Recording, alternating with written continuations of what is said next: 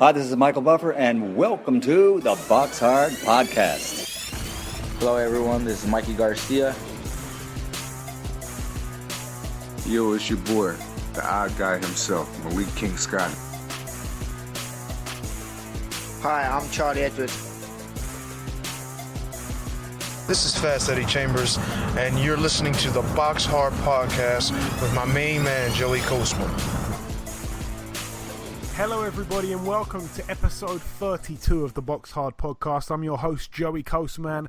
I'm joined this week by once again a lady that joined us a couple weeks back now, Mrs. Mimi Melendez. Mimi, welcome to the show once again. Thanks for coming on. Hi, thanks for having me again. Hey, it's my pleasure. Ayaz once again couldn't be with us. Right, let's dive straight into the reviewing from last week. We're going to start last Thursday, the 19th of April. One fight that happened over in Montreal in Quebec, Canada. One fight to mention over here. Oscar Rivas, he's the guy who I believe fought in the Olympics a while back. I think he's the Colombian fighter. He's based, I think, though, in Canada. It's quite a funny situation. Anyway, his record now 23-0. He made his opponent retire on his store after just 2 rounds. It was scheduled for 8. His opponent Sergio Ramirez 16-5 going in now 16-6. So another win there for Oscar Rivas. I'd like to see him stepped up quite a bit in class, really. Seems to be fighting guys that we haven't heard of, and he's actually quite a good talent. So I'd like to see some more from him. Moving over now to France, actually. I think this card happened on the Friday, if I'm not mistaken. Just one fight to mention, really. A guy over here called Christopher Legendra. I could be pronouncing that wrong, probably am.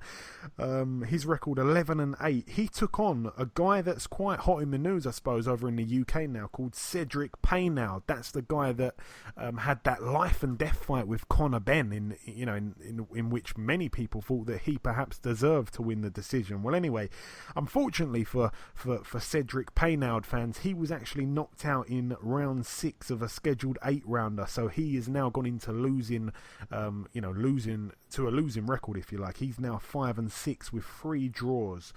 To be honest, I think he does deserve a rematch against Conor Benn, because that was a bit of a crazy verdict. I remember that night. But like I said, it doesn't really look good to lose by knockout to a guy that was 11-8. But that's it for France there. Moving over to Germany now, heavyweight clash over here. Tom Schwartz, his record 20-0. He fought for the Germany BDB heavyweight title. I haven't heard of that. And also the WBO Intercontinental heavyweight title against a guy called Senad Gashi, who I hadn't actually heard of, but he was 16-0 with 16 knockouts going into the fight. The fight ended prematurely once again. It didn't go the full 12, but this time it was a disqualification for Mr. Gashi, the man that went in there with 16 knockouts. He got disqualified. I'm not quite sure as to why, but anyway, the man in the other corner, Tom Schwartz, moves successfully to 21-0. Also on this bill, on the undercard here, Ajit Caballel, the guy that beat Derek Chisora a few months ago, he defended successfully his EBU European heavyweight title, and he's also now 18-0. It was a TKO in round 3 against Miljan Rovkanin, who's now 19-2. So quite a fairly decent defense there of the EBU European title. Moving over now to Poland, again a couple fights over here. Prospect on the bill called Adam Bałski. He moved to 12-0. He also picked up the vacant. It's now not vacant, of course, he's the champion, but it was the Republic of Poland International Cruiserweight title. The man in the other corner, Denis Grachev, he lost, unfortunately, over 10 rounds unanimously. His record now 16-7 with 1 draw. The return of the Polish hero, I suppose, Tomasz Adamek, 52-5. He stepped in the ring. It was for the Republic of Poland International Heavyweight title. He took on Joey Abel. That's the guy who, like I said, he's a big puncher, but I don't think he takes a punch so well. So a lot of his fights tend to end pretty early. Well, anyway, this one ended early once again. A TKO in the 7th round for Tomasz Adamek. The Polish home fighter did the business there. Very unlucky there for Joey Abel. That's his 10th loss now. His record 34-10, and Tomasz Adamek 53-5. When's he going to hang those gloves up? I don't think he's thinking about that at all. And the main event over here, Matthias Masternek, a really tough fight here for the WBO European Cruiserweight title. The belt was vacant beforehand, but yeah, Masternek 40-4 took on Yuri Kalenga. 23-4. Kalenga, like I say, a really tough guy. When he turns up, he can seriously make anyone, have a hard night's work. Well, anyway, it was a hard night's work for him because he actually retired on his store after 6 rounds, so quite a good win there for Masternek. Win number 41 out of his 45 pro fights. Moving over now to Sweden. Just one fight to mention on this bill, actually. 2 heavyweights. Otto Wallin, 19-0, took on Adrian Granat, 15-1. Both are, huge Swedish heavyweight prospects, so quite a big fight there for Sweden, although it of course went under the radar to some of the the more kind of famous boxing nations. But anyway, it was for the EBU European Union heavyweight title, so that's like, it's not the EBU, it's not the proper kind of one, it's the European Union one, so it's kind of like the interim title, I suppose, or like a regular belt of the original full European title. But to not confuse anybody, Otto Wallin got the victory. He was the favourite, of course, as well. He moved to 20-0 now. It was a unanimous decision over 12 rounds. 2 judges, one judge having it 117, 111. The other judge 117, 112, and the other judge 118, 110. So quite wide there for Otto Wallin. That's it there from the... this is the Gardehov Ice Hockey Arena in Sundsvall, Sweden. So... I'm quite happy with the way I pronounce that, to be honest. Now, though, the Echo Arena, Liverpool, Merseyside, United Kingdom. This was one of the 2 major fight cards in the UK last weekend. We're going to start with the undercard. Kez Ashfaq moved to 2-0. It was a points win over 4 rounds against Ricky Starkey. Tom Farrell, he moved to 15-1. It was a TKO in round 3 against Mwenya Chisanga, who was only 1-3 with 1 draw going in, a late change of opponent, I believe, there. Sam Eggington stepped in the ring, his first fight at 154. He knocked out his opponent Achilles Cesarbo in the 2nd round, so a good start there at light middleweight there for Sam Eggington. His record now 22-4. Conor Benn moved to 12-0. It was a TKO in round 4 against Chris Truman, 13-8 with 2 draws. Also on this bill, Scott Fitzgerald moved to 10-0. That's double figures for him. It was a points win over 8 rounds against Laszlo Fazekas. Anthony Fowler moved to 6-0. It was a TKO in round 2 against Ryan Toms. Natasha Jonas also on this bill. She fought for the WBA International Female Super Featherweight title. She moved to 6-0. It was a TKO in round 7 against Tausi El Hadji. 5-7 now with 1 draw. Before we talk about some of the the bigger fights on this bill, just to kind of dissect some of the others that happened here. What I will say about Sam Eggington's fight, he seemed to really make easy work of his Hungarian opponent. I quite liked the look of Sam Eggington. It was over before you know it with him. Conor Benn, it was a good win for him. I felt that when his fight started kind of hotting up, when the fight was turning into a bit of a fight rather than a boxing match, that was at the same point where his opponent sort of didn't want to know. I mean, he got knocked down. He wasn't too motivated to get back up, I didn't feel. I feel like he was happy that the fight ended. As for Anthony Fowler's fight, I mean, it was a right uppercut to the body that finished his opponent, Ryan Toms. It was very honest as well from Anthony Fowler in the post-fight interview, in which he said he didn't really learn too much from that win, and he felt that Ryan Toms could have probably got back up. But yeah, good performance, just as expected, really, from Anthony Fowler. Just as, again, the fight was heating up, he pulled out a fight-finishing shot, so credit to him. And also, it was in front of his home crowd. It was also his first scheduled 8-rounder. But, in this case, like I say, he only went 2 rounds. He didn't need the 8. And interestingly, Sam Eggington was actually supposed to be fighting Ryan Toms, but instead of that, Fowler actually stole his opponent, and Sam Eggington, he had to have the late replacement Hungarian guy that I just spoke about. As for Natasha Jonas, I mean, I only saw the stoppage. I turned the channel over right as the punch landed for her. Her and her opponent, they both threw a hook at the same time. A big, I think it was a big right hook, and Natasha seemed to buzz her opponent, and then she kind of bundled her to the ground, really. The girl got up, but the referee waved it off. I mean, to be honest, in my honest opinion, I don't think that the girl was was all that hurt to actually stop the fight, but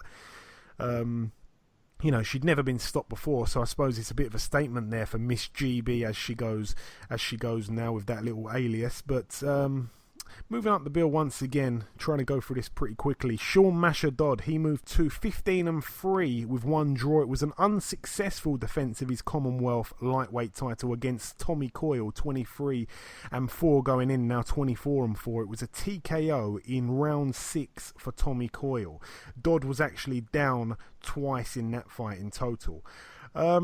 Firstly, before I come over to you, Mimi, if you did see any of this card, did you manage to see any of this card, or did you see Khan's fight at all, just before I carry on? No, I wasn't able to see that. That wasn't televised in the US. I didn't think so. But this fight here, Tommy Coyle came out straight away. He was working the jab right away in the early rounds. Masher Dodd, as per usual, he starts quite slow. He gave up those early rounds. And I think that Dodd felt Coyle's power in the third round and he was rocked. And it seemed like from that point onwards, it was really all Coyle. I mean, it was all Coyle the whole fight, really. But Coyle dropped Dodd in the fourth round. It started with a brilliant straight right counter from Coyle, and Dodd dipped right down. It almost looked like he touched down, and when he popped back up, Coyle completely swarmed him and dropped him with a left uppercut. I think the final punch was in that round there, and Dodd did come out in round 5, and he did respond quite well, but even still, I think that Coyle's counter punching was on point, and he captured that round also on my card. Then, speaking of counter-punching, a beautiful straight right counter, just like the earlier shot that dropped. Well, it didn't drop Dodd, the earlier shot, but it troubled Dodd. It dropped him here. He was dropped with a straight right counter in the 6th round. And when Masher Dodd was down, he seemed to bang his gloves together. Initially, the commentators were saying it was probably out of frustration, but I thought that he may have been, applauding the shot by Coyle. Who knows? But yeah, Masher got back up bravely, and he tried to continue, but once again, Tommy Coyle jumped on him and forced a stoppage from the referee. And also the white towel made an appearance as well, by Sean Masher Dodd's corner. So a bit of a shame there for Masher Dodd, because we all have grown to like him, really. He turns up every time and really gives it a right go, but it just wasn't to be his night there. I don't really know what he does from here. I think that he's got quite a few decisions to make, really. His record now, like I say, 15-3 with one draw. Tommy Coyle 24-4. We did do predictions on last week's show as well. I actually went with Coyle to win that fight by knockout, and the listeners went with Dodd on points, and Ayaz went with Coyle on points, so I was very happy when I got that one right. But the main event here, Amir Khan 31-4 took on Phil LaGreco 28-3. Boy, oh boy. This fight here, I mean, it was over, like I say, before you knew it. I think the whole fight lasted about 41 seconds, including the count. I mean, we saw blistering speed from Amir Khan, which is expected, really. The 2 knockdowns in total came, like I say, in 41 seconds of the first round the fight was over. It was the first fight for Khan in the UK for 5 years. It was the first fight since being brutally knocked out by Canelo 2 years ago. Is the ring rust gone? That's really the $1 million question, I suppose. It's hard to say, because, it seemed to be over so quick. Like I say, 41 seconds. We didn't really find out too much. I think the next fight will tell us a lot more for Amir Khan. It was a good little moment in the ring afterwards with Kell Brook as well. I don't know if you managed to see a clip of that. Kell Brook got in the ring and Khan was saying this and Kell Brook was saying that. One thing to point out, though, I like to throw a fact in here and there. Khan does outdo Errol Spence's win over Phil LaGreco. Errol Spence needed 3 rounds. Khan only needed 40 seconds. If you can draw something to that, then you can. But I'm just here to point the facts out. Surprisingly, the way Khan did it, though, he hadn't scored a knockout for over 5 years, and let's face it, that was against Carlos Molina, and that's not the good Carlos Molina. That's like, I don't want to call him a fake Carlos Molina, but it's not the best Carlos Molina. There's 2 or 3 or even 4 or 5 Carlos Molinas. It wasn't a good one. First round knockout did shock me, to be honest. I mean, the listeners weren't too shocked. I mean, they did go with a knockout win, and they got a point for that. But I don't think anyone expected it as early as 41 seconds. I went with Khan on points, and so did Ayaz, so we both came up short there. Moving over now, though, to the SSE Arena in Belfast, Northern Ireland, United Kingdom. Did they show any of this in the States? The Carl Frampton... Yes, I was able to watch the fight between Donaire and Carl Frampton. The problem was that it was on YouTube, so I was able to stream it on YouTube. Ah, okay. Well, I'll go to you first. What did you make of that fight there before I rumble on? Oh, you can start. Go ahead. I'll just follow up on you. Okay, well, I mean, I'm going to start with the undercard, of course. It was annoying because, like I say, this card actually clashed with the Matchroom card, so it was kind of like you're flicking between two channels. You don't really want to record one whole entire show and then watch it back because you're hours and hours behind social media, which is always a problem. But, I mean, if we start with the Conrad Cummins versus Luke Keeler fight, this was very interesting. It was a weird choice from the referee, Phil Edwards. I'll get to that. He made quite a strange choice during the fight. But the records going in, Conrad Cummins 13-1 with 1 draw, Luke Keeler 13-2 with 1 draw. So similar resumes on paper. It was for the vacant WBO European middleweight title. Conrad Cummins came up short though. Luke Keeler got the victory. It was a 10-round unanimous decision. Like I say, there was a strange decision from referee Phil Edwards. He decided to let the fight continue despite it looked like the doctor was quite angry that the referee wasn't stopping the fight, because it looked like the doctor wasn't happy with the cut, and the doctor seemed to be kind of annoyed with the referee. They were kind of bickering, and in this particular fight, the doctor wasn't able to stop the fight. It was all up to the referee, and for whatever strange reason, he wanted, for the fight to carry on. Now, the cut caused, actually, I remember now, it was a head clash.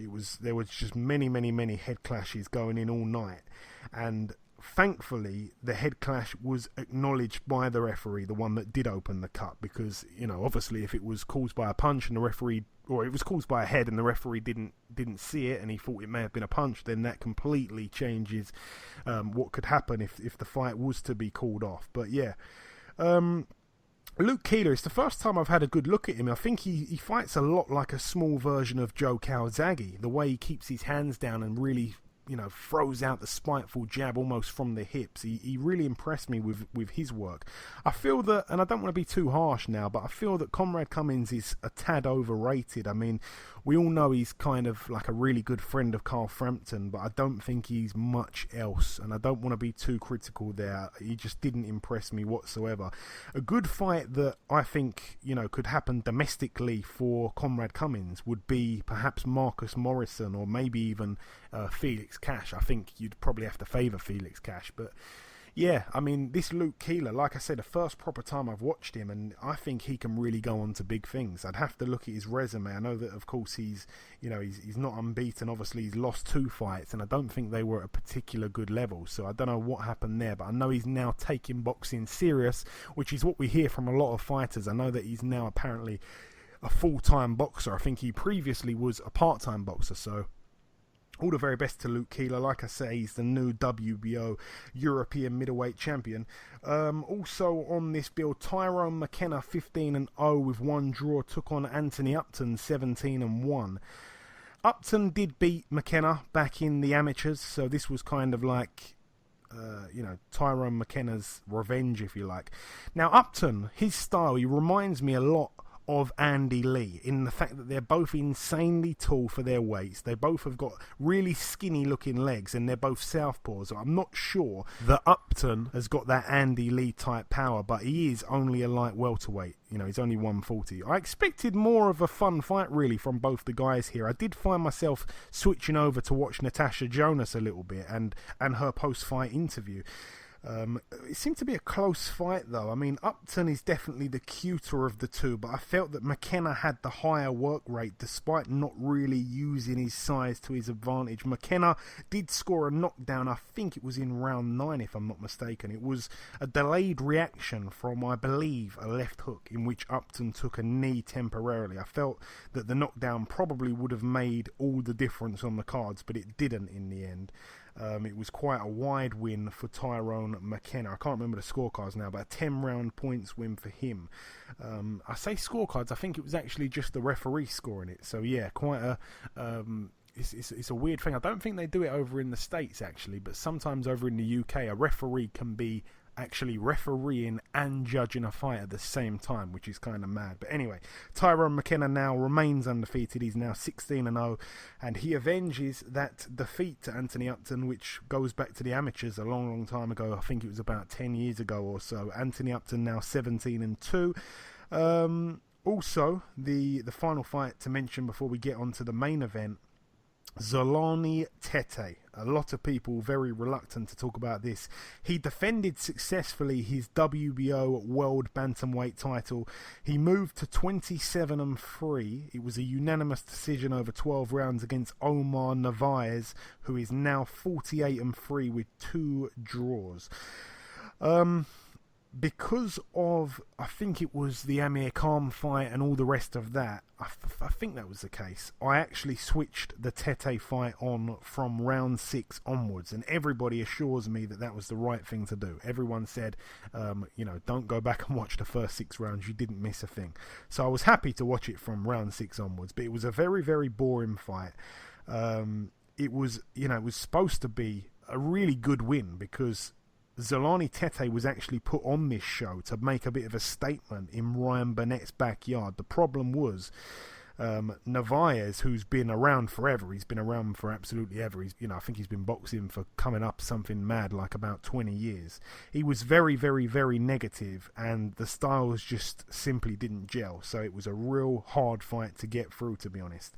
The less said, the better on that one. What I will say, it was a very dominant performance from Zolani Tete. Despite really getting out of first gear, he did completely dominate this guy, who, like I said, more than been around the block, a very experienced, crafty old guy.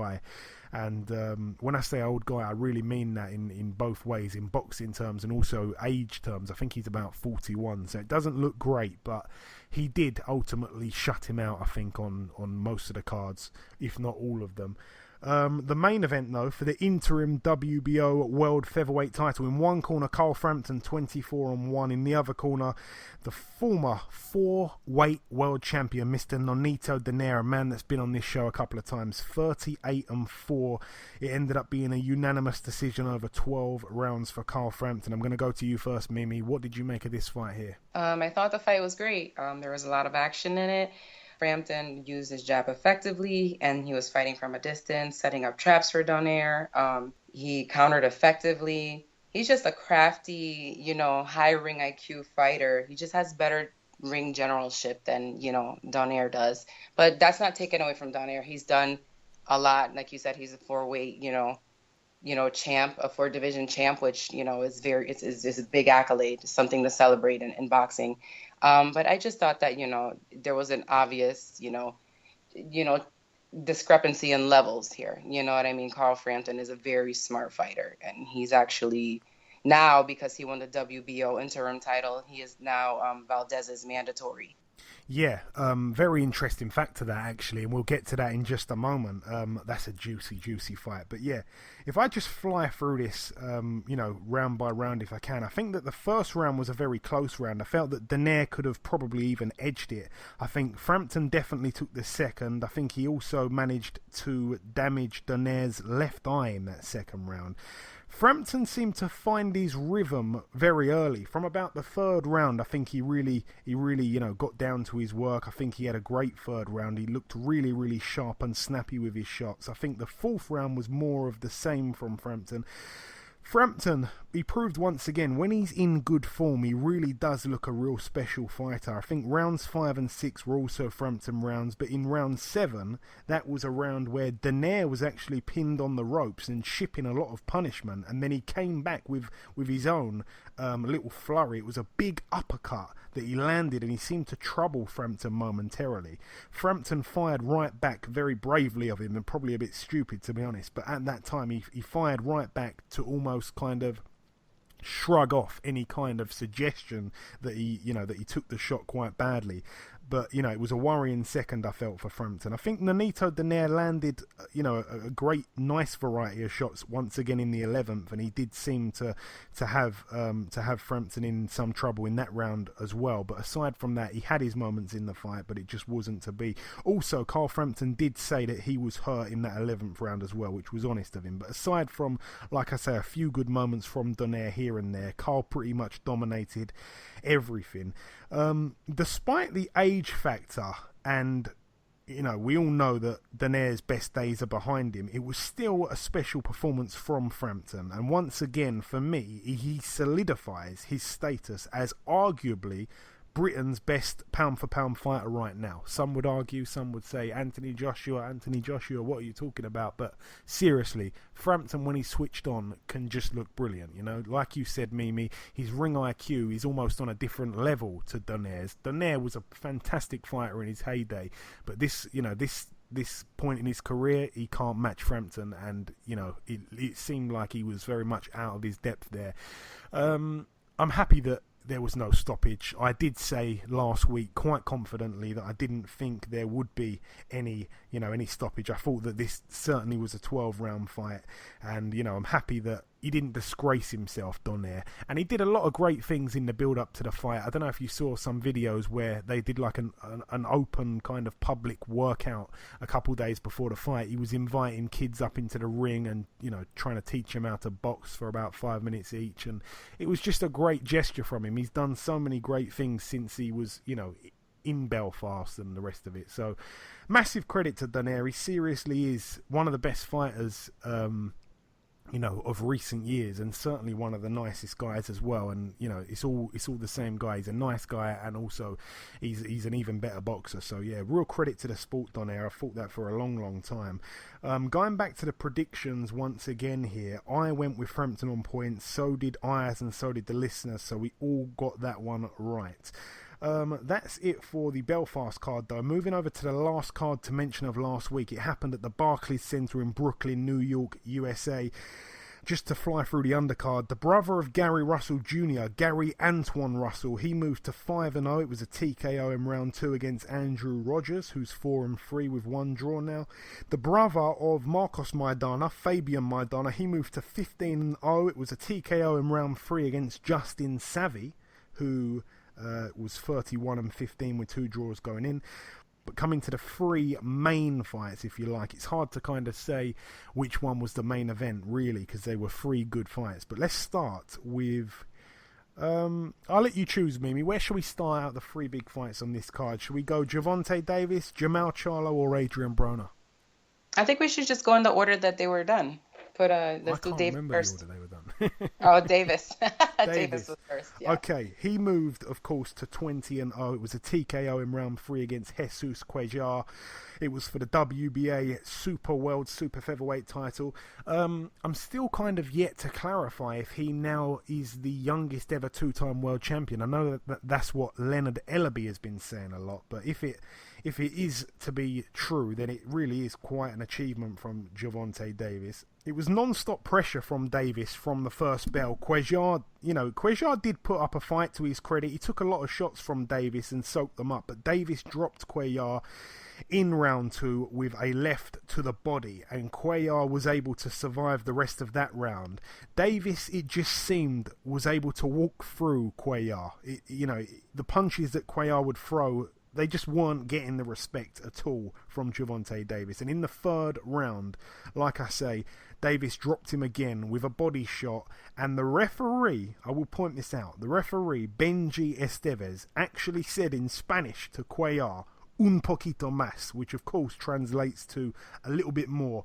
And I think he was subtly trying to tell Cuellar that there was only about 30 seconds left in the round. But unfortunately for Cuellar, as soon as he got back up, Davis came over and threw the kitchen sink at him, which put Cuellar on the canvas for the 3rd time in the fight, and the referee came over and waved it off. Gervonta Davis, for the criticism that I've seen him take on not just his boxing and, you know, his dedication to the sport, but the criticism I've seen him take about his speech and his speaking. Some people say he can't string a sentence together and stuff like that. He did speak very, very well after the fight. I don't know if you've seen that before, Mimi. People say that he seems like he's not confident when he's speaking. It was the best I've ever seen him speak after the fight. I don't know if you picked up on that.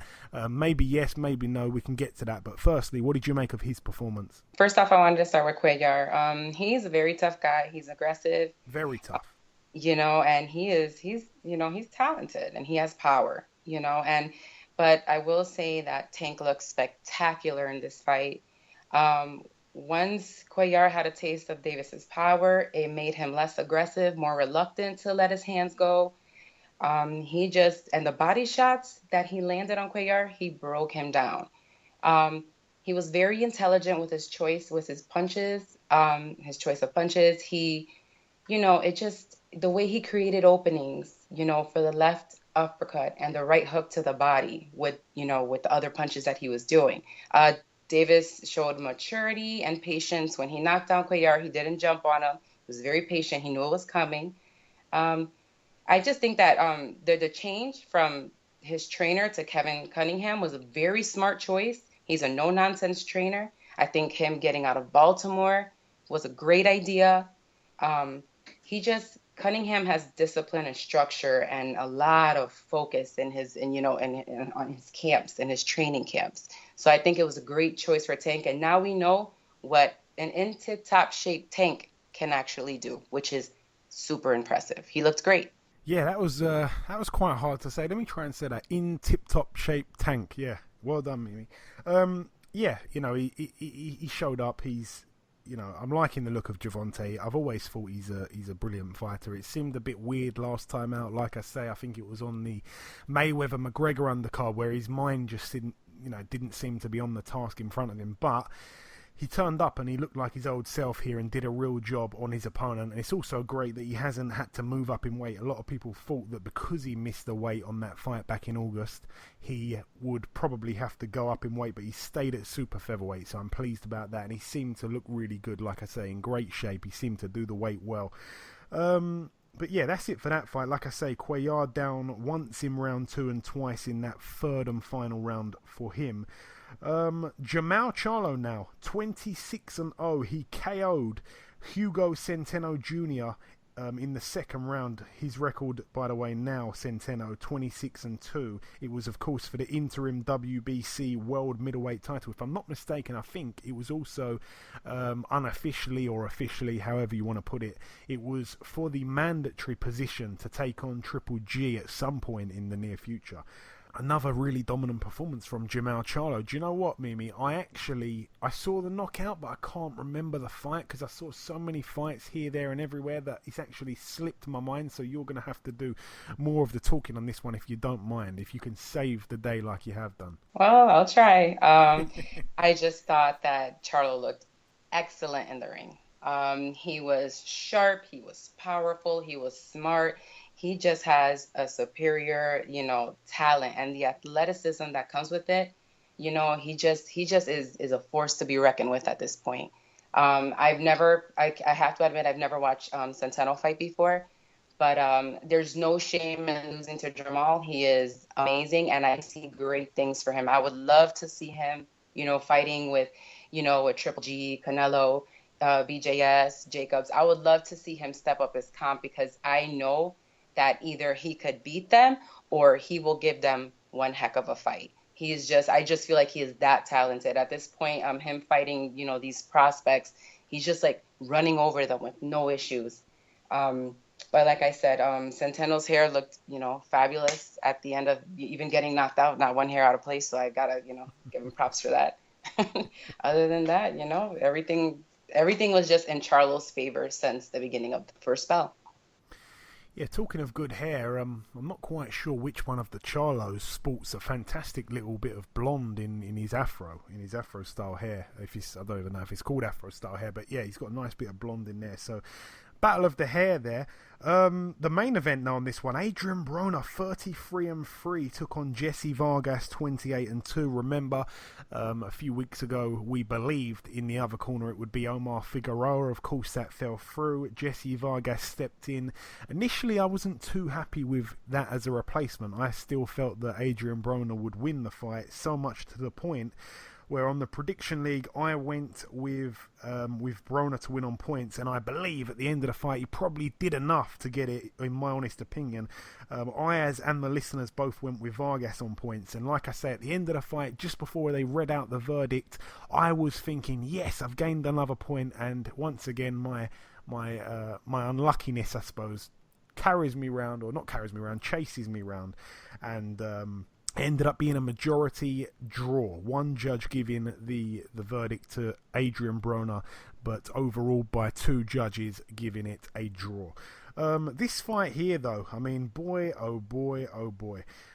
Like I say, you just never know which Broner is going to turn up. You don't know if it's going to be a motivated Broner or not, and you never really know until the first bell, or even sometimes until about halfway through the fight. But Broner did seem to start quite slow, and I'm not sure if it was necessarily him starting slow or Vargas starting fast, perhaps a bit of both. I think that Vargas seemed to slow down visibly in the mid-rounds, and Broner at that point was showing us, you know, his reputable skill set. He is good when he's switched on. Like I say, I think it took him a few rounds. Vargas taking his foot off the pedal probably had a bit to do with that. I think that Vargas, I suppose he had to be, you know, he had to be rugged. He had to try and turn it into a bit of a dogfight. I don't think he could have outboxed Broner at his own game, sitting, you know, keeping the distance. I think he had to kind of get in there and rough Broner up. I think Broner was happy to take Vargas's shots on his gloves and fire back quite a lot. I did have to say, I did like Kevin Cunningham in the corner, really screaming at Broner, talking some motivation into Broner. Broner did also seem to actually listen to his corner man and, you know, not talk any nonsense back to him or act like he knew it all, which is the kind of antics we've seen from him in the past with his old trainer. But I feel that you know, Vargas did get through with some good left hooks during the fight. He seemed to have quite a few bits of success with his left hook, especially long looping ones. But, you know, Broner didn't really seem to be fazed by that power. They were talking to each other in the fight a lot. That was happening pretty much all throughout the fight, and even after, of course. There was a lot of talking in there. I was surprised the referee didn't say anything about that, but I feel that the referee did actually do a good job of handling the action itself. I think he didn't have to do too much. He was quite happy to sit quite far back. I actually felt at times he should probably be a bit closer to the action. He actually sat back and enjoyed the fight, which we don't see a lot of referees do these days. You know, Broner seemed to be at one point almost about one punch away from stopping Vargas. I think that was about the 9th round. He really turned the heat up on Vargas. It was a good round for Vargas, I think, that 9th. If I remember correctly, it was a good round for him until he got caught with a shot. And then, you know, like I say, Broner really upped the pace and picked Vargas apart a little bit. But at that point, it was the clearest round to score because of the second half of that round where Broner really picked up the pace. Vargas really marked up on both eyes as well. I noticed that quite late on. And in round 10, once again, Broner really did put it on Vargas. And in the second half of the round as well, it seemed like he was kind of starting the round slow and then really coming on in the second half. It seemed like he was doing that a lot late on.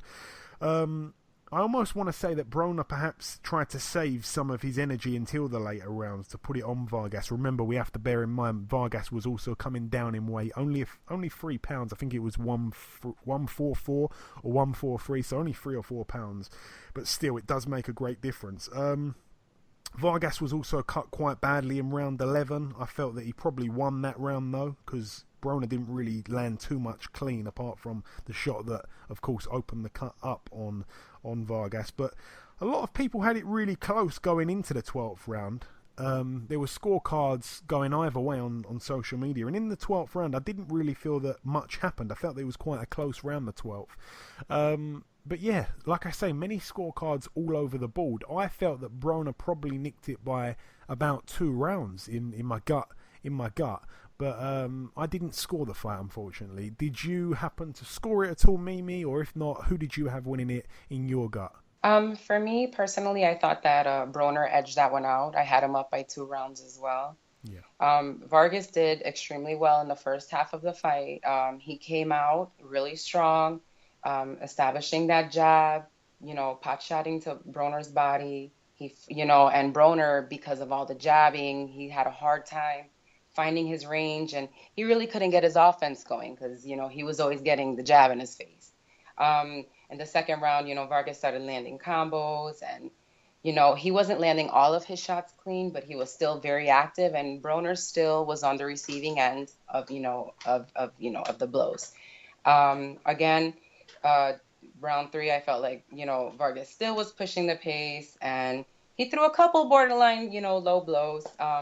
But Broner, I felt like he was starting to, figure out that he could handle Vargas's power, and I felt like he was blocking more, and he was starting to kind of maybe time him a little bit, or get used to his his mannerisms in the ring.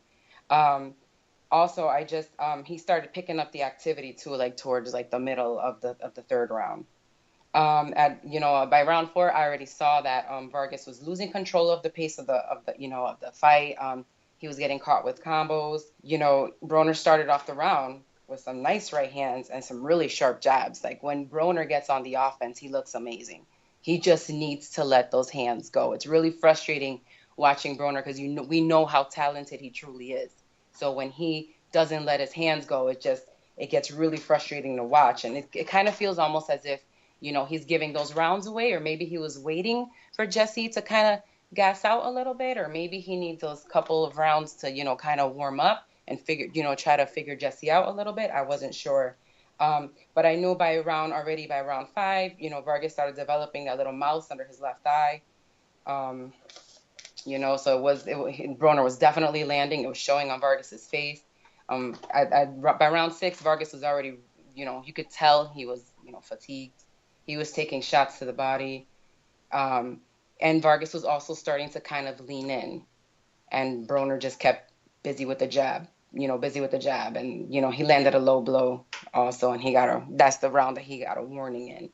And round 7, I felt like, Vargas had a couple successful overhand rights, that landed really nicely on Broner. Thing is that I don't think that Vargas has the power to bother Broner with it. Broner was countering Vargas. He just finished that round very well.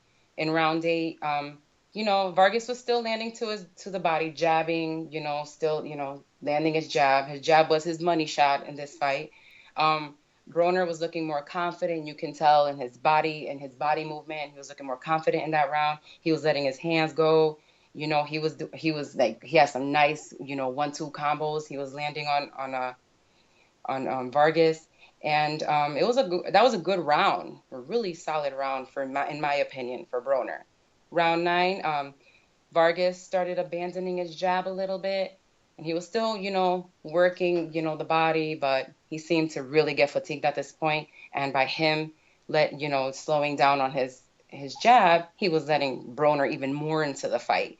Broner was timing his right hand, and he was countering so well. And also I found that, Vargas and Broner had a lot of exchanges during that particular round, but I felt like Broner was getting the best of it. In round 10, Vargas was really looked fatigued in my opinion. That's when he started resorting to kind of swinging wildly a little bit. He was up against the ropes. And then I saw Broner, really putting on the pressure, and Broner was still walking him down, and he was landing combos, and he had Vargas where he wanted him, in my opinion, in round 10. And then in round 11, I found that Vargas, that cut that he got in his eye started bleeding, and I felt like that was it was bothering him. You could kind of see his face grimacing a little bit. Broner was still coming forward, still walking him down. I felt like that was also a pretty solid round for Broner. I felt like the second half was where Broner really shined. And then in round 12, I did see that Cunningham basically was telling Broner, act like you need a knockout. Let's not leave this fight in the judge's hands, because he knew that Vargas came out solid. In the first half of the fight, he was pretty solid. So he's like, act like you need a knockout. And, he didn't get the knockout, there's nothing wrong with that. Jesse Vargas has never been knocked out before. He's extremely hardy, extremely, he has this amount of grit that you probably don't see in many boxers. He's not going to go down without a fight. And he gave Broner a good fight. But in my opinion, I felt like Broner edged it out by 2 rounds. Take a bow, Mimi. What a breakdown there. Just to go back onto the predictions also, just before we wrap up part 1.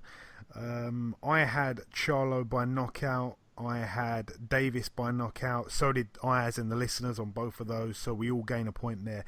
Ultimately, after the 6 predictions that we gave last week, I got 4 right out of 6. The listeners got 4 right out of 6. And Ayaz got 3 right out of 6, which actually means now the listeners have caught back up with Ayaz. So the listeners and Ayaz both tying at the moment in the lead. And I am quite a few steps behind. We won't talk about that, but yeah, excellent breakdown there, Mimi. That really wraps up the reviewing part of the show. Just before we wrap up part 1, like I said, there's one last thing to do. That, of course, is to welcome our very first guest.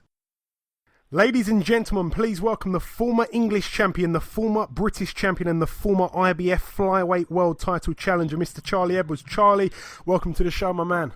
Thank you for having me on. It's my pleasure, my friend. So, Charlie, first things first, your next fight has been announced now. It's set for June 16th in Newcastle. In the other corner is Anthony Nelson, a man that gave the public an absolute war of a fight when he took on Jamie Conlan back in 2016. But firstly, Charlie, what do you know about Anthony? I know he's a basic fighter, really. Let's be honest. He's a basic, tough, strong game fighter. Like, he's there to be hit. He's going to come and he's going to try and get close to me and just plod along forward and try and, push me on the back foot. But he's a type of fighter that, he wants you to hit him and stand there so he can hit you back, where I've got a better boxing brain than that. And the way I move, the way I make people miss, I'm gonna let him walk onto them jabs, push the jab in his face, and then he's going to be there every time for me. And it's a stylistic fight where it's going to be a brilliant matchup for me anyway. And a lot of the boxing fans have reacted well to this fight. They like that fight. Obviously, since your unfortunate loss for the world title, you've had 4 fights, 1 against Ian Butcher, the other 3 against relatively unknown opponents. I'm guessing that the drop down in level, which of course is part of the rebuilding process after losing a fight, but I'm guessing the drop down in level can be a challenge for yourself to find that motivation. So my question is, if that is the case, does Anthony Nelson, does that fight get your juices flowing, so to speak? Yeah, it does. Since the British title fight, I've wanted to be in competitive fights and I've wanted to step up, and that's what our plan was, to vacate the British and step up to get these world ranking fights. The 2 fights that I fought in my last fights were fights that we did not want. I got told my opponent both times on fight week. One the night before the fight. It was really embarrassing and frustrating, to be honest. Especially with all the pullouts, and we really had a bit of a stalemate year the last year, because we wanted them fights and they fell through and there was nothing I could do about it. And to be honest, it looked embarrassing for my career, and it looked like I was not wanting proper fights, because on the outside people don't really see it, all the politics that go behind it. And I've wanted to be in championship fights straight after the British. I wanted to step up. I've been gunning for Kal Yafai for the last year, and he just kind of ain't been entertaining me. And with the fights that fell through, I don't blame him really. But I'm glad to be back into a competitive fight now. Anthony Nelson's the exact opponent that I know I can. His style is made for me, so I'm really looking forward to it. He also gave the British public a very good showcase when he had that war with Jamie Conlan. So people know he's no mug, he's tough, he's game, and he's going to come and try and cause an upset. But believe you me, he's going to be getting a boxing lesson.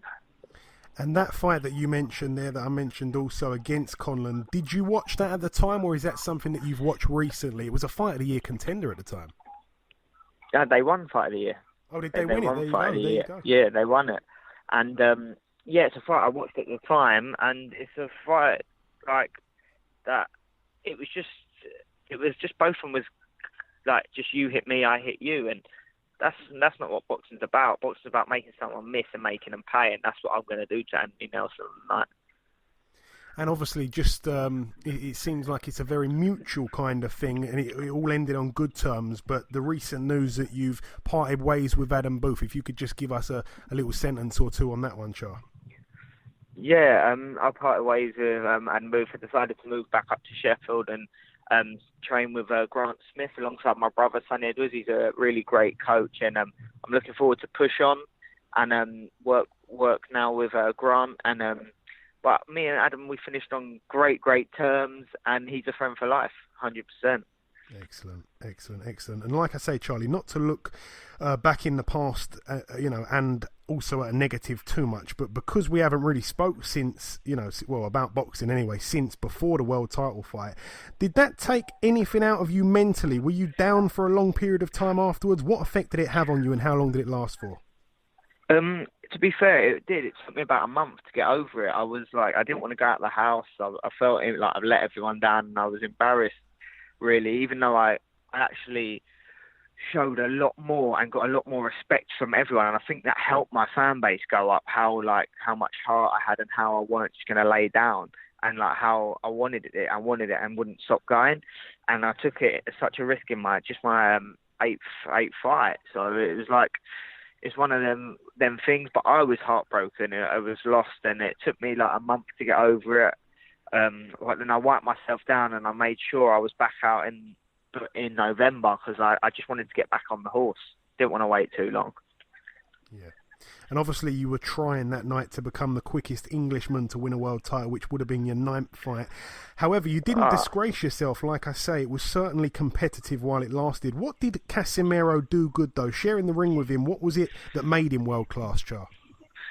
He fucking battered me. He didn't. No, it was just he just controlled the distance, and I was inexperienced, and he really showed his experience, and he was a lot stronger than me. I wasn't strong enough. I didn't have the right leg structure, and I wasn't as strong on my legs like I am now. So it made me reevaluate things, and it made me change a lot of things. But it was all experience, and I still would not take that fight at that time if I could pick now. Do you know what I mean? It gave me a lot of experience, and it showed me the real things about boxing, the real politics behind boxing as well after it. And it gave me valuable life lessons with people who was trying to associate with me, trying to be all friendly. And so it was a really eye-opening experience. And had I did win that fight, I don't think I'll be the fighter I'm gonna be, because it might have got me a bit too big time at the time in such an early stage of my career. Yeah, I mean, they say, to take a loss early on is obviously a lot better than when you get to the top. But saying that, and it was a world title level. Well. Yeah, that's exactly what I was going to say. Yeah, so no shame in that. I was losing beneath myself. No, not at all. Like I say, no shame in that whatsoever. Really brave effort, like I say, to jump up to that level. I'm going to throw a tricky question your way now, Charlie. 2 fights ago, you boxed Craig Derbyshire. You won every round over 8 rounds. You won on points. However, obviously, he's also the man that you made your debut against. On that occasion, though, you knocked him out in 4. So on paper, that doesn't look so good. But what is the real reason behind that? Did you do better with Craig in the first fight because he'd only had 2 fights at the time, and he's now got 28 in the second fight? The real reason behind it is simply the fact that I was on standby to fight Kal Yafai if anything went wrong with his title defence 2 weeks after. So really, I just got in that fight, and I was just using it as a sparring session. If I'm on, I didn't get out of first gear, and all I was doing was making sure I weren't getting cut, any heads and no injuries. Make sure my hands were perfect, and I was just I didn't get out of first gear. In the first fight, I tried to stop him. The second fight, I was just playing with him and just went lackadaisy and just kind of done a professional job, just because I knew I might be out again to fight for the opportunity for a world title, so I couldn't afford no injuries. Yeah, it wasn't like it was a bad fight. It was a boxing lesson, to be honest. I remember you were that's what I mean. At will. I think, that's all I've done, because I didn't want to risk going in there and trying to knock someone out, you can hurt your hands, you can walk into a head. Do you know what I mean? Where I quite easily, if I got in the ring with him again, I would, if I didn't have nothing in the pipeline. But I couldn't take no risks at the time. Yeah, fair play. And obviously your fight against Ian Butcher on June 16th is also for a piece of silverware. It's for the WBA Continental Super-Flyweight title. Obviously the winner... Anthony Nelson. Yeah. Who did I say? Oh, Ian Butcher. Sorry, my bad. Butcher. My bad. Good job that you're awake. Obviously, the winner of this fight will then receive a top 15 ranking with a WBA. The holder of the WBA belt is of course, Kal Yafai. Now, you seem to be chasing that fight. It doesn't seem like he's that interested in the fight. So let me just clear this up. Let me just clear this up, Char. Go on. He knows. He knows the score. That's why he's not interested. He knows I'm all wrong for him. So let me clear this up. You want the fight. I believe, from what I've heard Eddie Hearn say, who promotes you both, he wants the fight. It seems like the only person that doesn't want it is Kal. But obviously, Eddie Hearn has secured this WBA Continental belt to go on the line so that, you know, you're going to be ranked in the top 15. So is there a method behind that, or is it simply because the belt was vacant and the opportunity was there? No, we're trying to back him into the corner, and Eddie wants to fight, and I want to go that route. I want him. I want to fight him, and I believe I can beat him and do a number on him. So that's what Eddie wants. Listen, and that's what I want. It's the only one that doesn't want it at the moment is him, and I don't blame him. You don't blame him because of what? Because I'll be taking his belt off him. Do you believe he knows that deep down? I think he knows I'm all wrong for him. He might be confident, like he says, he thinks he can knock me out in 3 rounds. If you was that confident, why wouldn't you get your highest payday to put someone away and build an actual fan base in the UK? Because fighting me would make it a big fight. Look at Isaac Chamberlain and Okoli. Yeah. Every time there's British fighters that come together for titles, and especially a world title, it goes massive. And it gives some real needles, some real stick. Everything can all the hype can build up. Sky cameras get behind it. So it's a no-brainer if you can knock someone out in 3 rounds. Yeah. No, I mean, you know, if Kal is listening, I must say to him as well, he's a man that's been on this show before. I would say there's not many names, really big names, that the casual fan know in the super flyweight division. There is only really the 2 top names, you know, in Britain is yourself and him. So I don't really see why the fight can't take place. Like you say, it'd be career changing or career highest payday. So doesn't make much sense, Char, does it? No, it doesn't. So I want to ask you also, if you've got one, have you got any kind of prediction how you reckon you'll beat Nelson? It sounds like you're just going to go in there and box his head off, to be honest. I'm going to dissect him, and I'm going to hopefully get him out of there later on. Excellent. And I want to ask you this as well, Char. What is your ideal year? This time in 2019, so April, at the back end of April 2019, where can you be without kind of going into a dream world? Where do you reckon you can be this time next year? 100% I can be a world champion if Kal Yafai gives me the opportunity. Yeah? Yeah, 1,000%.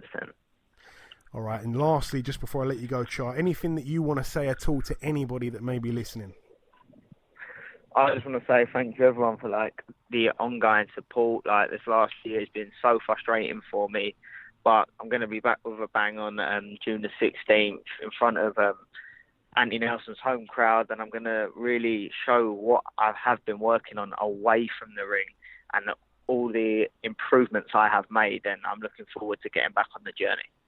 Excellent. Well said, my man. Right, listen, Charlie, it's always a pleasure, my brother. Thank you for your time. Best of luck for June 16th, and we'll catch up sometime after, I hope. Nice one. Thank you. Okay, now it's time for part 2 on this week's show. This part, of course, is usually the news part. Ayaz usually does the news, but he has sent me the latest and greatest news, I'm hoping, here. So let me just have a little look through this. Firstly, Clarissa Shields will take on Hannah Gabriels on June 22nd in Detroit. It's going to be for the vacant WBA and vacant IBF female middleweight world titles. So Clarissa Shields going down in weight for another 2 world titles there. So she could become a 4-time world champion, or, you know, at least holding 4 belts in, I think that's about what's that, about 6 fights I think she's had after that one, so that is quite amazing for her. She's a friend of the show. She's been on before. We had her singing Rihanna actually last time she came on, so maybe we'll try and get her back on soon. That one, of course, June 22nd.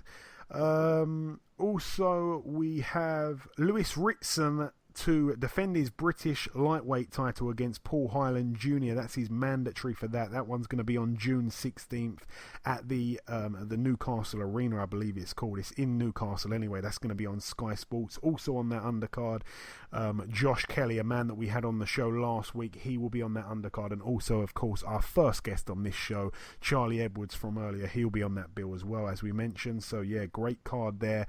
Also, we have a bit of a situation I'm going to discuss with you here, Mimi. Dillian Whyte is pretty angry right now with the WBC because he's been ranked number 1 for quite a while and he's really waiting for that shot at Deontay Wilder. But it seems that the Eric Molina and Dominic Breazeale fight, which was apparently not supposed to be, like a final eliminator.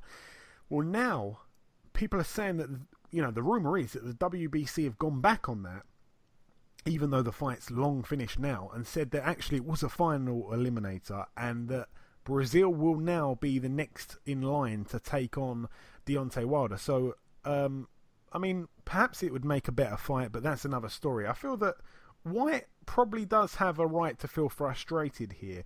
The thing is, I think there's mixed messages because from an interview I did with Eric Molina, I think it was on Fight Week when he took on Dominic Breazeale, I'm sure he told me that it was definitely some kind of eliminator. It may have just been an eliminator, not necessarily a final eliminator, but it turns out that it was a final eliminator, and now Breazeale will get the shot at Wilder, providing the Joshua Wilder fight, the unification fight doesn't come before that, which of course they'd then make way for that. But it seems like Breazeale will be next in line. I haven't really got problems with that fight. I think it's a good fight. But back to the actual point, Wilder seems like he's going to be taking on Breazeale, and Dillian Whyte's very frustrated with that. Does he have a right to be frustrated, Mimi, in your opinion?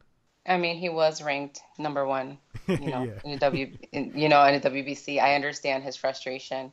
Why isn't that fight happening? I don't know. I wish I knew. I mean, we could only speculate from the outside. It's just a matter of just everybody just getting in tune to what's supposed to happen. And essentially what we all want to do is get to the AJ Wilder fight. That's what everybody wants. So whatever it takes to get there, whatever, people have to fight. And, and now if they made Breazeale, his mandatory, then, me personally, I don't have a problem with Breazeale. I know that him and Wilder have a little bit of a past, but yeah, I think that Breazeale would be a great fight, and but Whyte would also be a great fight with Wilder too. So I can't argue either one.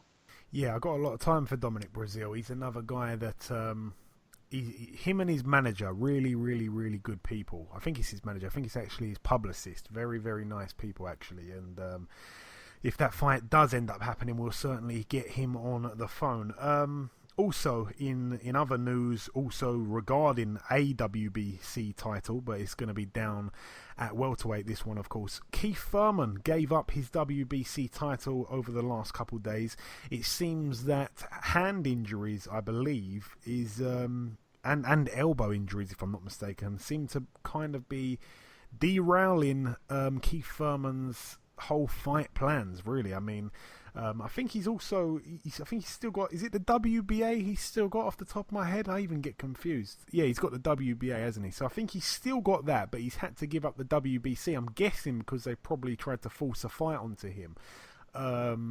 But yeah, it was obviously too soon for his liking. A lot of people kind of saying that he's fell out of love with the sport, Mimi. I don't really like that opinion there, because I give Thurman massive credit. He's the only unified welterweight champion out of all the guys that are there, he's the guy that took on, arguably the top 2 or 3 at the time, or certainly the top 5 in back-to-back fights. Danny Garcia, of course, and Sean Porter, and the jobs that he did on those 2 guys, I felt really deserved him that number 1 status for a while.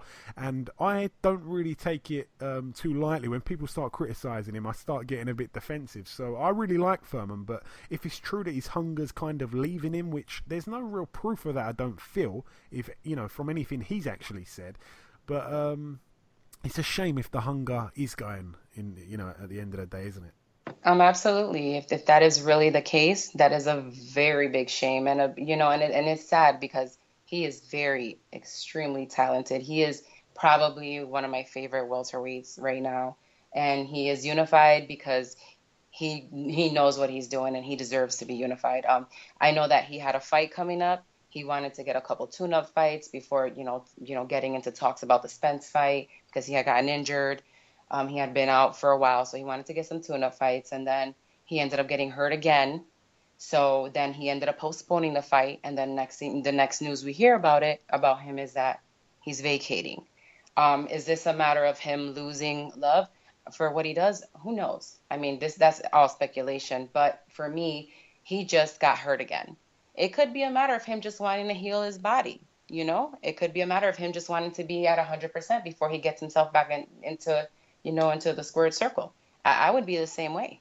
I wouldn't want to go in there and, be hurt and, just because of people making speculation or, making rumors up. He needs to be smart with his career. And I understand and I appreciate the fact that he is not holding the belt hostage. That is the most important thing here.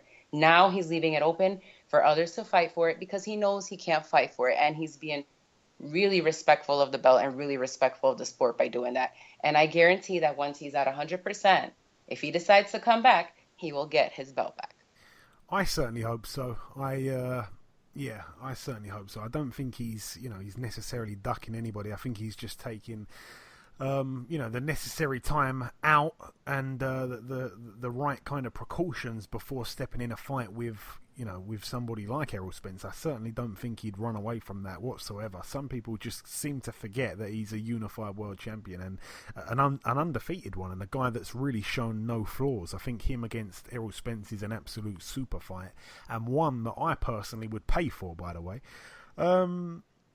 In other news, though, the last piece of news, just to move on from this now, Gavin McDonnell will now be fighting Stuart Hall, of course, former world champion Stuart Hall. That one, I believe, is for the WBO Super Bantamweight International title, so a good fight there for Gavin McDonnell. Seems like he's having back-to-back fights that are quite dangerous. Obviously, last time out against Yafai, and now this time against Stuart Hall. It seems like there's a lot of kind of like, I want to say, high risk, low reward attached to these fights. So I hope that he is getting rewarded quite highly, and I hope that at the end of the tunnel there is some kind of world title shot, if you like. But yeah, that's it for the news. Let's dive now into the preview part of the show. We're going to start with a fight that's happening at the Ice Sheffield. I think that's what it's called, in Sheffield, of course, Yorkshire, United Kingdom. Two fights to mention on this bill. The former professional footballer, or soccer player I should say with you here, Mimi, 24-7, Curtis Woodhouse, his opponent yet to be announced. He's fighting apparently on that bill there. Also Liam Cameron, 20-5, defends his Commonwealth middleweight title against Nicky Gemman, 20-10 with one draw. So yeah, quite a decent fight there, I suppose. I'm liking the look of Liam Cameron. He's taken to social media to call out a lot of people lately. He's actually accusing some other fighters that some say would, are more accomplished. He's saying that they're ducking him, so it's quite entertaining seeing some of his tweets out there. He's gained a fan in me. Also, moving over now to France. This is a bit of a strange one actually here. Vincent Legrand, 26-0, is fighting for the vacant EBU European Flyweight title against a guy called Juan Hinostroza. Now, Juan Hinostroza has a record of 7-8 with one draw. I'm going to repeat that. 7 wins, 8 losses and 1 draw. He's taking on a guy who's 26-0 for the vacant European title. It sounds absolutely crazy. I believe that this guy, Vincent Legrand, 26-0, he was supposed to take on Andrew Selby, and that fight fell through. I think Andrew Selby picked up an injury and had to pull out. But you're telling me that they couldn't find a better replacement than a guy who's 7-8 with one draw. I just can't believe that fight's still going ahead. I can't believe that that fight is being sanctioned. But that one's happening over in France. Boy, oh boy. Moving over now to Germany. Couple fights to mention over here. The guy that recently lost to Callum Smith in the World Boxing Super Series when he stepped in for Jürgen Bremer, Nicky Holzken. He went the distance in that fight in the end. His record 13-1. Of course, that one lost to Callum Smith. He takes on a guy called Giard Ajetovic, who's 31-17 with one draw. Also on this bill, Arthur Abraham, former world champion, 46-6, takes on Patrick Nielsen, 29-2. The last time I saw Patrick Nielsen fight was when he got knocked out brutally by John Ryder on the Groves versus Jamie Cox undercard. That was a great win there for John Ryder. That one is happening over in Germany, like I say, and that one is a Sauerland promotion card. Over in Hungary now for this one, Prince Patel, the very controversial flyweight. Well, he used to be a flyweight. He's now at bantamweight, if I'm not mistaken. He fights for the vacant WBO European bantamweight title. Prince Patel, 12-0 with one draw. He takes on Mishoku. I think it's Mishoku Subitidze. Oh, God. Boy, oh boy, do you know what? I'm going to have to send you this one once again, Mimi. You can do the pronouncing on this. Okay, go ahead. Mashiko Sabitsi. Okay. So wait, hold on, let me see. Yeah, say it very fast. I think that would be the best. Mashiko Sabitsi. Sabitsi. It sounds like... Hold on, give me a second. Let me collect myself. Wait, okay. Mashiko Shibitsi. Yeah, okay. He said okay. We'll roll with that. Shibitsi. It sounds like we're a bit dizzy. Yeah. Mashiko Shibitsi. Well, good luck to Mashiko. I'm just going to call him Mashiko. Good luck to Mashiko. 20-10 with 3 draws. He takes on our very own Prince Patel, the very controversial. For the wrong reasons, I suppose, if you've seen some of his stuff. Moving over now to the Bilbao Arena in Bilbao, País Vasco in Spain. Now, this one here, this one will be shown on Box Nation in the UK. Our very own Boy Jones Jr. takes on a yet-to-be-announced opponent. That's a 6-rounder there. Also on this bill, Andoni Gargo, his record 18-3 with 3 draws. I'm going to throw him a nice little mention there because he is a guy that I remember getting absolutely beaten up and then knocked out by Lee Selby. I think that was on the Bellew Hay undercard the first time round, if I'm not mistaken. I haven't checked that. I'm just going on knowledge there. I believe somewhere in my head it's telling me that. He fights anyway, Andoni Gargo, for the vacant EBU European Union featherweight title against a guy called Jeffrey De Santos, who's actually 11-0. So all the very best to Andoni Gargo. I'd like to see him win a little title there. Well, not a little title. It's the EBU European Union title. So all the very best to him. That's a 12-rounder there. But the main event here, for the vacant EBU European welterweight title, the full proper European title. In one corner, the home fighter Kerman Lejaraga, who is 24-0, undefeated. He takes on our very own Bradley Skeet, 27-1. Of course, this one a 12-rounder, a very good friend of the show, Bradley Skeet. We will look to speak to him hopefully after his victory here. I remember when we had him on the show and we were talking about this fight, and we were kind of joking about this guy, Kerman Lejaraga, how to pronounce his name, and his promoters, Mimi, this is actually true. This guy, he's a Spanish guy, but he's got a kind of unusual name. He's from Spain. He lives in Spain. The fight's happening in Spain. His promoters are Spanish and all that, but his name is Kerman Lejaraga. And when we were pronouncing his name, I was joking around and saying to the guy that's fighting him, how do you pronounce his name? And he wasn't too good at pronouncing his name.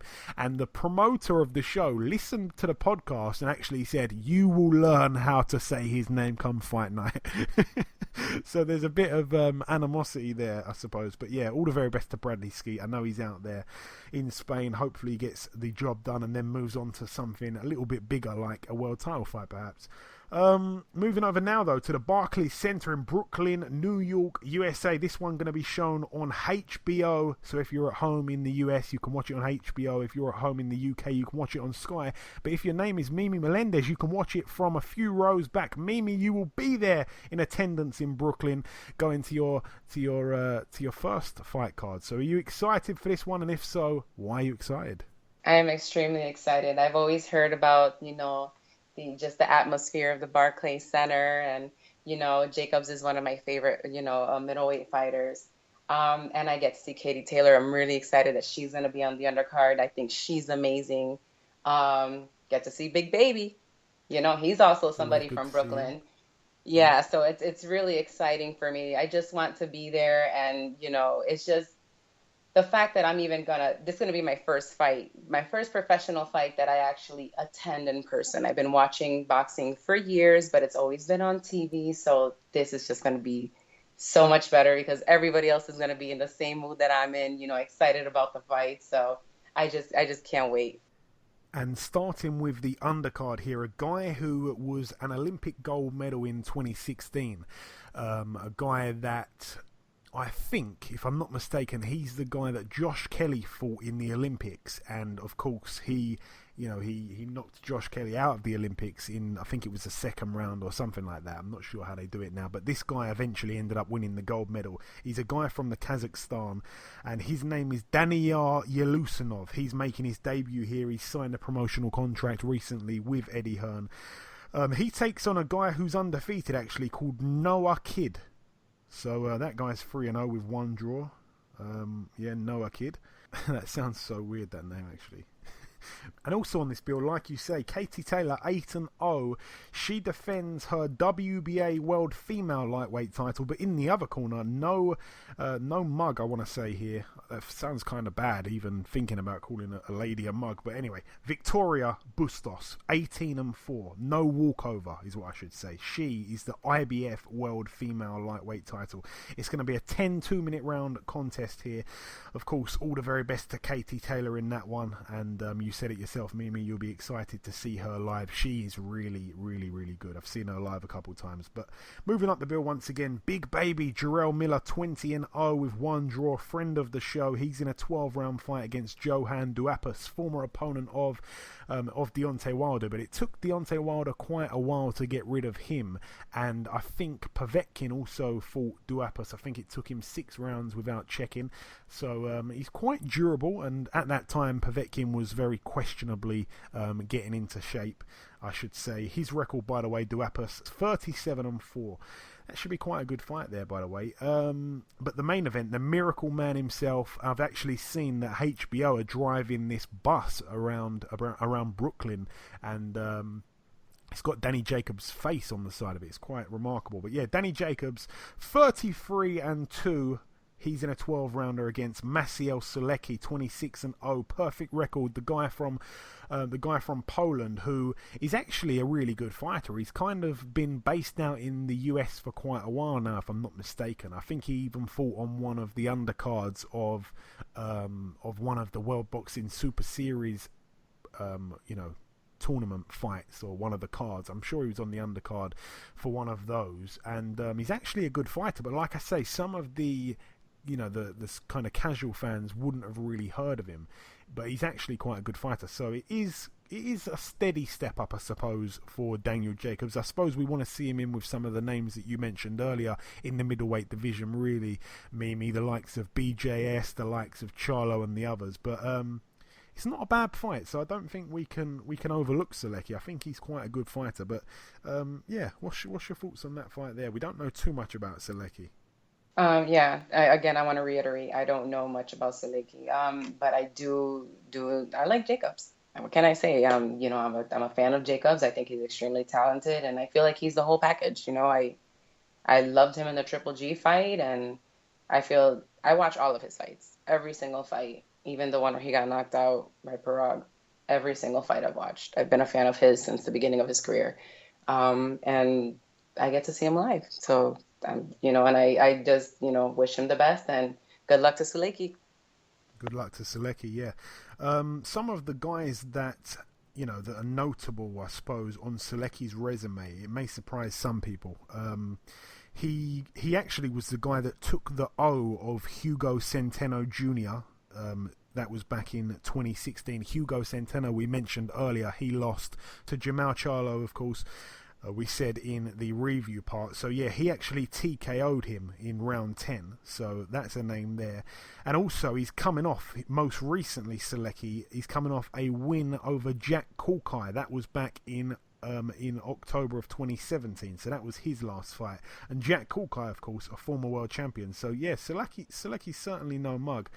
He's highly ranked with all the sanctioning bodies. So yeah, quite a good fight there. He doesn't really have the power. I mean, he's got 10 knockouts from 26 wins, and I have to be honest, I haven't seen much of him, but he seems like he's quite a good boxer, not really the power puncher that's going to stand and trade. So if he's got a bit of movement about him, it could be quite interesting, actually. It could be quite interesting, because I think at times Daniel Jacobs, the criticism that I will have of him is that I feel that sometimes, because he's a great boxer as well, I feel that sometimes he can neglect his boxing skills and kind of really go for it and stand in the pocket a little bit too long.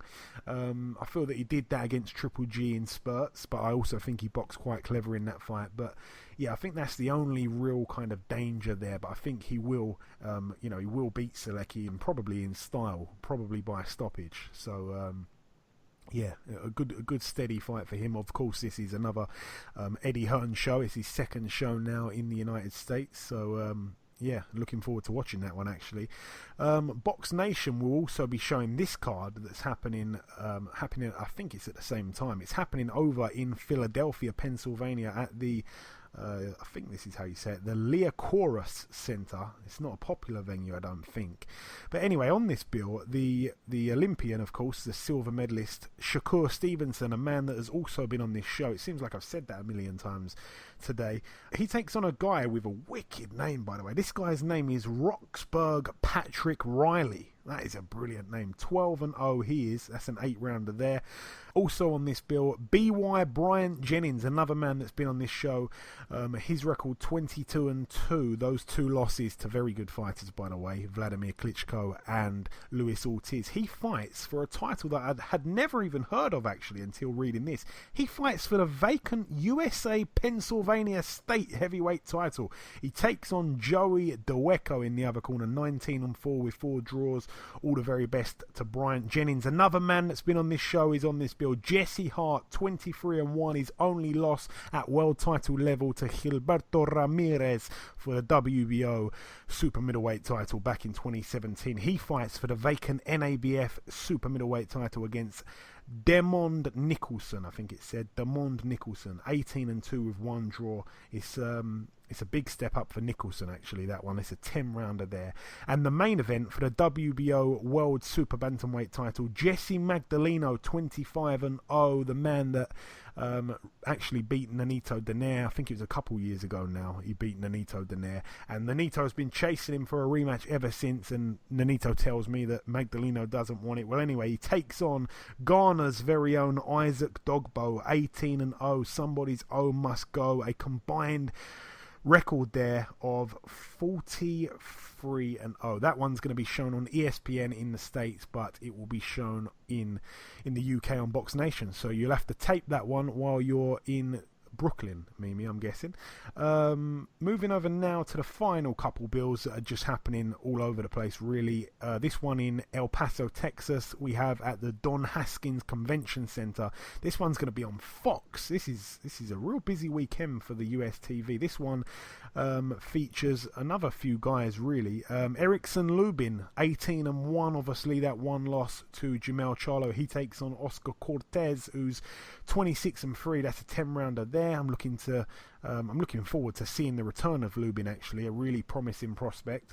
Also, Jorge Lara, 29-0 with 2 draws, takes on Claudio Marrero, 22-2. Anthony Durrell, 31-1 with 1 draw, takes on Abraham Han, 26-3 with 1 draw. Anthony Durrell, a real strange fight last time out when he took on Dennis Duglin.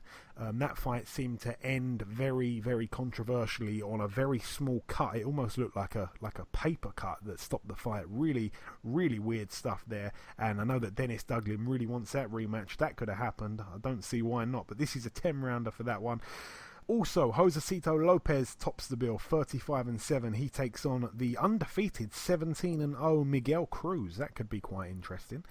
Moving over now to the Menominee Arena in Wisconsin, USA. What do we have on this one? I've bookmarked this one. One fight on here. I'm not even sure it's happening, but just in case it does, he's a friend of the show, and once again, he's been on the show. 41-8 with one draw. He's having his 51st professional fight, more fights than his promoter. It's of course Mr. Ashley Theophane, part of the money team. His opponent yet to be announced, but that really is the fight. Oh no, that's not the final fight to mention. There's one last fight to mention that's actually happening on Wednesday the 2nd of May, so that is next Wednesday, but by the time the show goes out next Thursday, the fight would have already happened. This is quite remarkable here. It's happening over in Thailand. In one corner, Chayaphon Moonsri, 49-0. He puts his WBC World Minimum Weight title on the line against Leroy Estrada, who's 16-2, but he's actually a very good fighter. It's no given, that fight. It's a really, really tough fight. And should Chayaphon Moonsri win, he becomes 50-0. He actually equals Floyd Mayweather's record. So that really could be amazing. What I want him to do, ideally, is win this fight, become 50-0, and just have one more fight and then retire. That's what I want him to do, just to beat Floyd's resume. All the very best, Mimi. I'm sure that you echo my sentiments when I wish Chayaphon Moonsri all the best of luck in becoming 50-0 next Wednesday. Absolutely. Big up to Chayaphon Moonsri. Right, just before we wrap up part 2, there's one last thing to do. It's been a long show. I apologise if I've been rambling too much, but the last thing to do just before we wrap up part 2 is to welcome Mr. Ishe Smith. Ladies and gentlemen, please welcome the former IBF Junior-Middleweight World Champion, Mr. Ishe Smith. Ishe, welcome back on the show, my friend. Hey, how you doing? It's good to be back. How's everything? It's all great, my friend. It's good to have you back on.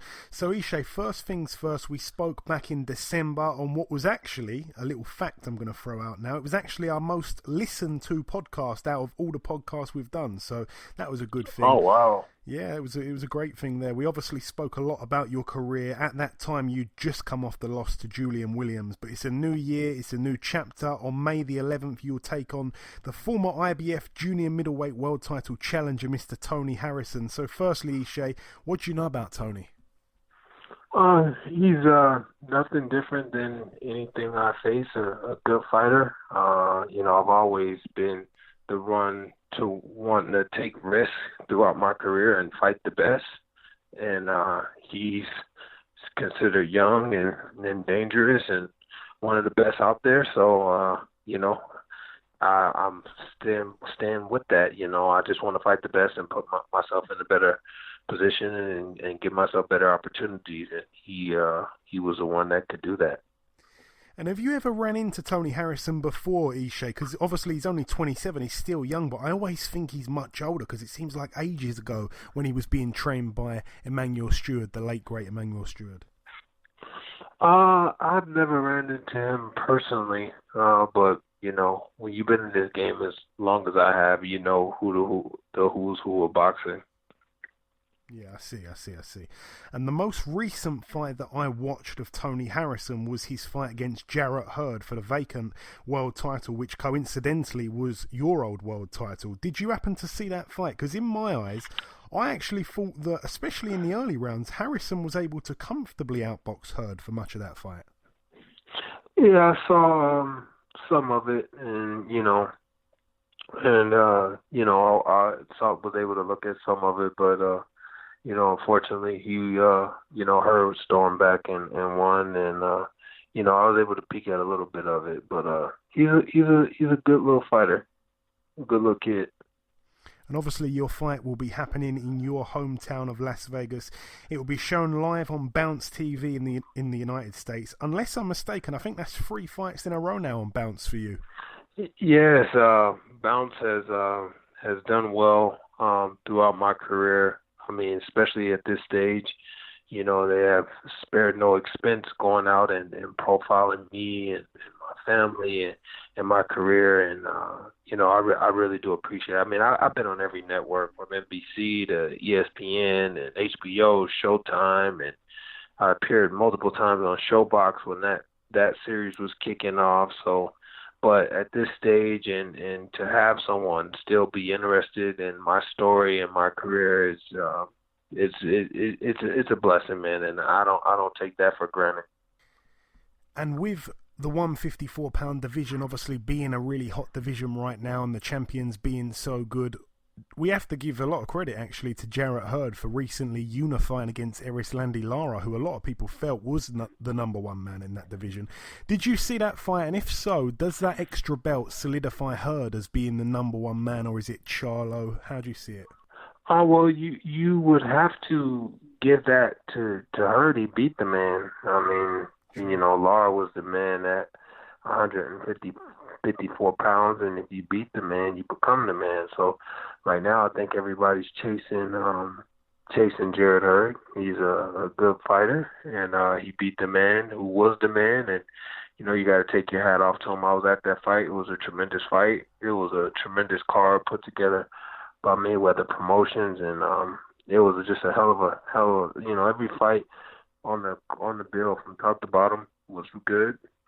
I was able to catch Julian Williams' fight and James DeGale's fight and the main event, you know, Lara and Hurd, and you know, those were all three great fights. So, you know, props to Showtime and Mayweather Promotions for putting together a great card. And on June the 9th, another big fight in the 154 division. Jermell Charlo defends his title against Austin Trout, a man that I kind of feel that he's sort of unlucky, I think, of Austin Trout. Despite being, I think he's a two-time world champion, I kind of feel that he's had some bad luck of late. Do you think he can roll back the years a little bit and, you know, give Charlo any problems in that fight? Well, I don't know if he can give him problems, but, you know, whoever's behind him team-wise, I mean, he's got the best team in boxing. This is 3 fights in a row. I think this is 3 out of his last 4 fights have been, you know, world title shots. So, you know, that's unbelievable. I mean, for him, I think he fought Charlo, or the other Charlo brother, and lost. And I think he came back and fought Hurd and lost. And I think he just took a tune-up in February, and he won that, and now he's getting another title shot. So this is 3 out of 4 fights for him that's been title shots. So, man, major props to his team for keeping him, you know, relevant and able to secure those title shots. Man, that is unheard of. Yeah, I suppose maybe he's not so lucky then, I should say. Saddam Ali versus Liam Smith. That's actually happening, I think, the day after your fight. Who do you believe wins that one? Are you backing your fellow American, Saddam Ali, or are you backing your long-lost cousin, Liam Smith? Oh, man. I don't know who... that's an interesting fight. I would say that's a pick 'em. You know, I think the only time I saw Liam was when he fought Cotto. I think it was Cotto, right? He fought Canelo. Canelo. Okay, yeah, he fought Canelo, and that was the only fight I saw. So I don't know. And you know, Saddam Ali, I hadn't saw much as him. I saw him lose to Jesse. Then I saw him come back and, you know, was able to beat Cotto, but, you know, we don't know how much Cotto had left at that point. So I just don't know. To me, I think that's a pick 'em fight. I just don't. I don't know what to make out of either guy. You know, it's an interesting fight, but I would say it's a toss-up right now. Yeah, I think a lot of people who are very familiar with the pair also agree that it is a toss-up. It's supposed to be quite a good fight, that one. Hopefully it plays to our expectations. Last time we spoke, Ishe, you did mention about your goal to at some point fight in the UK before your career is over. Now, right now at 154, we only really have the likes of Liam Smith or Kell Brook. He's just moved up, of course. Off the top of my head, those are the 2 main guys. Do those fights have any potential of happening at this stage, or is it looking a bit more unlikely than last time we spoke? I was exchanging some messages with Eddie Hearn some months back, and I think the Kell Brook fight had been discussed, and I think they went a different direction. And so I messaged Eddie Hearn on Twitter and just told him that, it's a fight that I'm very interested in. Whether he comes over here or I go over there, it wouldn't matter. So I would love that fight in the future, but first things first, I got to take care of business. For me, I don't know how many more fights, I'll be willing to fight in Vegas. The judging here has gotten pretty bad. So, that has kind of left a sour taste in my mouth, whether I fight in Vegas or abroad or another state. This could be my last fight in Vegas. I mean, I'll go back to some defeats I've had here. I lost my title to Carlos Molina here via split decision. I lost to Vanez, majority decision, and then I lost to Julian Williams, unanimous decision with the judge scoring the fight 9-1, which nobody won that fight 9-1 or 8-2. And, it's just the judging here has gotten pretty bad. It almost feels like, I think if I would have fought K9 in Vegas, they probably would have gave K9 the decision. So I was able to go to Detroit and take K9's belt. And I've been able to go to other people's hometown and beat them. I've been able to go to other people's hometown, and also I didn't get a fair shake either. But it seems like every close fight here, I lose, or every fight that before I started fighting here regularly, like I had never lost in Vegas. And I've never gotten gifted decisions here either. I just want what's fair to be fair. And I just don't feel like when you go out there and you fight a fight like I fought against Julian Williams, which a fight with the consensus was that it was a draw or it was a 1 or 2 point fight either way, and you have a judge score the fight 9-1, and you have another judge score the fight. You have Max DeLuca score the fight 9-1. Then you have Robert Hoyle scored 8-2. And then you have another judge score 7-3. It's just kind of, it's like, why not? Take my show on the road. It's just the judges here. I don't trust anymore. And I want to make sure that this fight right here, I have the right judges, and that if there's any discrepancies with any judges, I'll make sure that I bring that up. But I just don't feel like the judging here has been fair. There's no criticism. You can't criticize. If I go and I do something to offend the commission, I get suspended or I get fined. A judge can score on a 9-1 scorecard, and Bob Bennett does nothing about it. Max DeLuca scored my fight against Julian Williams 9 rounds to 1. He gave me 1 round out of 9, out of 10. And the very next fight, Julian Williams fought Nathaniel Gallimore, and Max DeLuca was the same judge on that card. He was the same judge judging that fight. So it's like, I don't mind taking a loss. I'm a throwback fighter. I don't care if I go out there and I know I'll fight my heart out and I take a loss, so be it. I gave the fans entertainment. I didn't mind taking a loss with Julian Williams. I thought it was close. I thought it could have been a draw. I thought it could have been either way. But when you have those kind of scores, it's very disappointing, especially when you train as hard as I train and you've been in this game 18 years, almost 2 decades. So, it's just something I have to look forward to, because, I got to worry about that aspect of my career as well, the judging and all of that. People say, well, if you go to the UK, you may not get a fair shot. Well, fighting here, I'm pretty much not getting a fair shot either. And I'm at home. I don't feel like this fight I'm actually at home. I feel like I'm on the road. I feel like I'm on the road now, that I'm fighting guys and I'm not at home, there's no, like I said, I just want just render a fair and just decision, whether I lose a close fight or whether I lose a unanimous decision. I never have complained about the Lar decision. That was one, I'm not the type that's going to complain and make up excuses with decisions. But when I go out there and I gave my 100% and all the fans are clapping, everybody's happy, and you score that fight 9-1, then I don't know what to say upon that.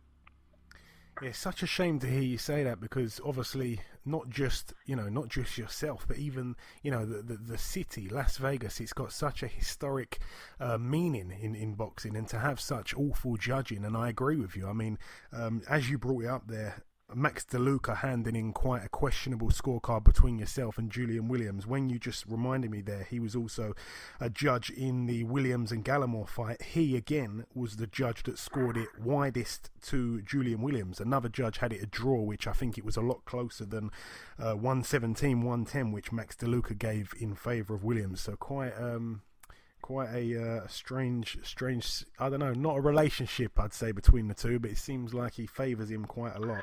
Yeah, there's no way as a commission, there's just no way if I know this guy scored in a questionable scorecard with my fight. Okay, I don't know what the fights he did after that. Let's just go, okay, I know he judged Julian Williams, and I know he scored that fight 9-1. And if you poll 100 people, 100 people would tell you, whether they thought Julian won or they thought I won, 100 people would tell you Julian Williams didn't win that fight 9-1. I don't care if you like me or if you hate me or whatever the case may be. Nobody, not even myself, Stevie Wonder wouldn't have scored that 9-1. Yeah, he wouldn't have scored the fight 9-1. But then he's back judging another Julian Williams fight. And I approached him at the fight and I told him, what kind of scorecard did you score? I've been knowing you for years. He was one of the judges on The Contender. He was the only judge, realistically, that, he had me beating Sergio Mora in our 5-round fight. So I remember, I have a very good memory. So I remember him. I met him at a lounge during one of the Contender parties, and I was able to talk to him at the commission at the time, Dean Lohaus, and he introduced me to him, and I talked to Max, and he had me beating Sergio Mora in our 5-round fight, and that fight ended up being a split decision loss. But then I just I told him, what were you seeing? And he said, well, I said, basically, you saying I got my ass whooped. He said, well, no, you could have lost every round but close. And I said, there's no way you could score that fight 9-1, bro. I said, there's no way. He was like, well, I don't think this is the time. This is right before the fighters, probably 5 minutes before Julian Williams and Daniel Gallimore made his walk. And he said, well, Robert Hoyle scored at 8-2. And I said, yeah, I already talked to Robert. I talked to Robert months ago at a WBC event I was doing with WBC Cares for Kids. And I told him the same thing. And at least Robert said, well, I owe it to you to sit down and watch it with you to tell you why I came up with that scorecard. That probably would never happen. But when, as a fighter, if you start questioning judges and start having conversation with judges outside of what you're supposed to be doing, I shouldn't have to be doing that. So it's I truly believe if I fought K9 in Vegas, it was a good fight. It was a close fight, but I won. I clearly won the fight. I truly believe they would have gave it to K9. I would never became world champion. That's how much non-faith I have in Vegas and the judges. I have zero faith in their judges no more. Absolutely zero, zilch, none.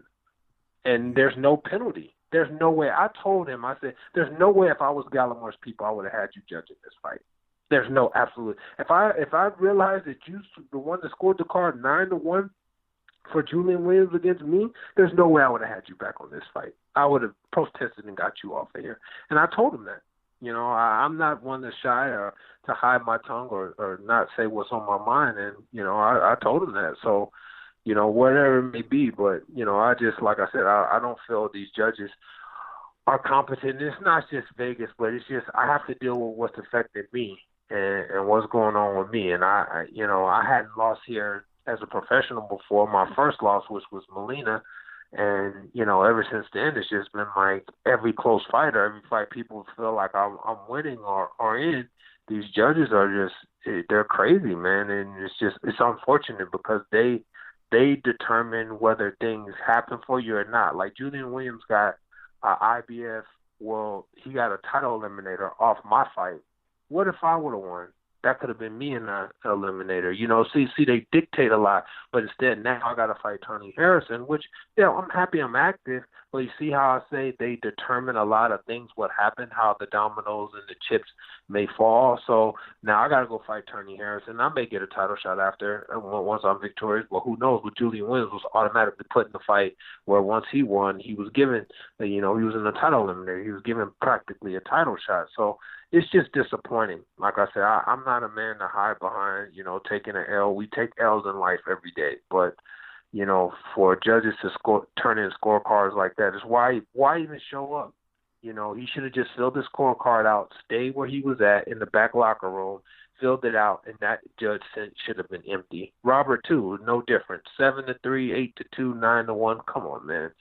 It's just like, come on, watch that fight, and you'll see that fight was nowhere close. 7-3 wasn't as egregious as the other two, but I mean that was even pathetic. I mean the 9-1, 8-2 is just ridiculous.